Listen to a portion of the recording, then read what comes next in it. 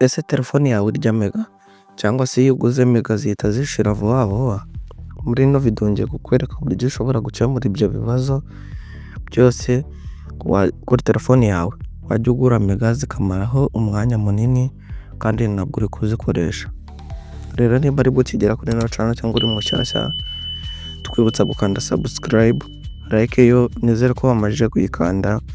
Igitekerezo cyangwa ikibazo ufite nyarukira muri comment ugishyiramo, turaza tukigusubiza. Hanyuma njye mujye kubana nyita Optic. Reka dutangire.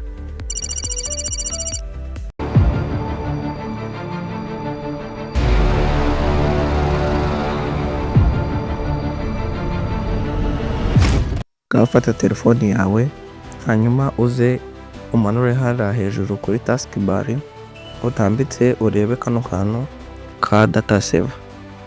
Nukabona hano ngaha urahita ugakandaho, uhita ukagira on, kahita kajyamo.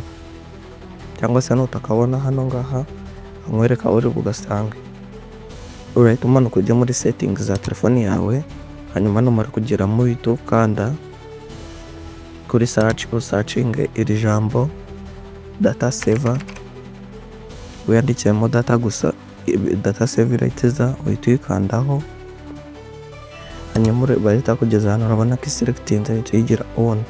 Ibi bigufasha mu gihe mega zawe zifunguye kuzikoresha neza zitagenda cyane kandi zikamaramo igihe kinini.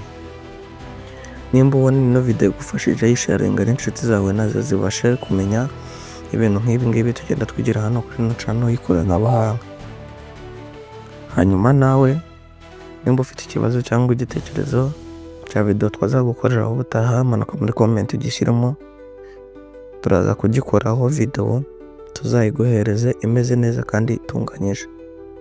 Ndashaka kubwira abantu bashaka gukurikira cyangwa se abantu bakunda ibyegeranyo ko hari channel yacu yindi yitwa Optic Documentary kugeza ibyo byegeranyo byiza kandi bicukumbuye.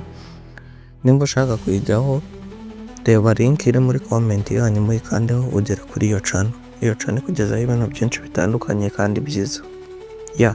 Jye duhure muri video ikurikira. Hasta luego.